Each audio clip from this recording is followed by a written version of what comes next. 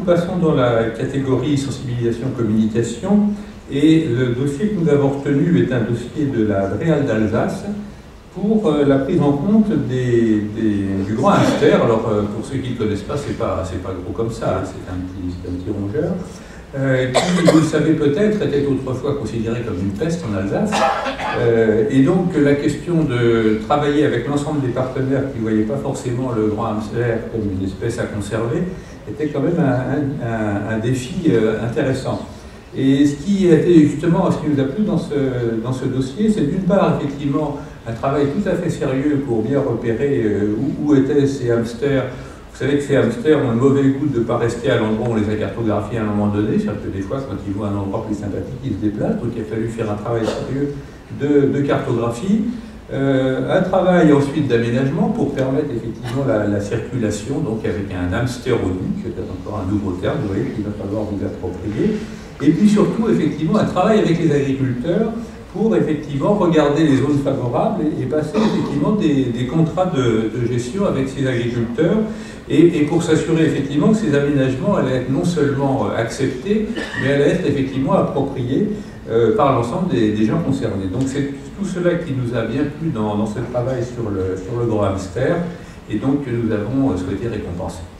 Merci Monsieur le Président. C'est un travail qui vient récompenser, on va dire, 6 ans en fait, de concertation avec divers partenaires, dont DIRES qui est présent aujourd'hui, maître d'œuvre du projet. En plus, ça vient finaliser un petit peu le projet, puisqu'on a inauguré la semaine dernière, et on avait encore un comité hamster hier après-midi, qui était prévu cet après-midi, mais qu'on a tout déplacé et avancé, du coup, voilà, pour être là aujourd'hui. Mais voilà, donc c'est vrai que, comme vous l'avez très bien introduit, le grand hamster, en fait, était une espèce nuisible il y a encore une vingtaine d'années. Aujourd'hui, il est hautement protégé, en voie de disparition. Donc, vous voyez un petit peu la difficulté à faire une autoroute dans une zone où il était présent.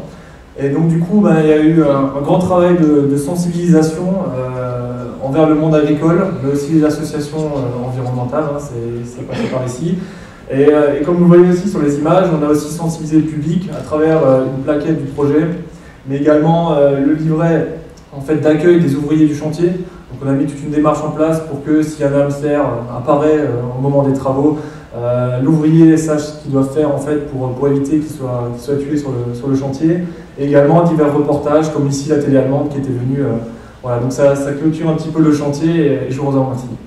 Je voulais juste remercier et saluer le travail de l'équipe du service ingénierie routière de Mulhouse, et notamment son chef de projet Jean-Luc Marvin, et toute son équipe, avec une mention particulière pour Richard Geschke qui a assuré la conception du projet, mais aussi toutes les adaptations qui ont été nécessaires pour répondre à cet enjeu important qui était la cohérence entre le grand hamster et la voie rapide du paiement des routes. Je vous remercie.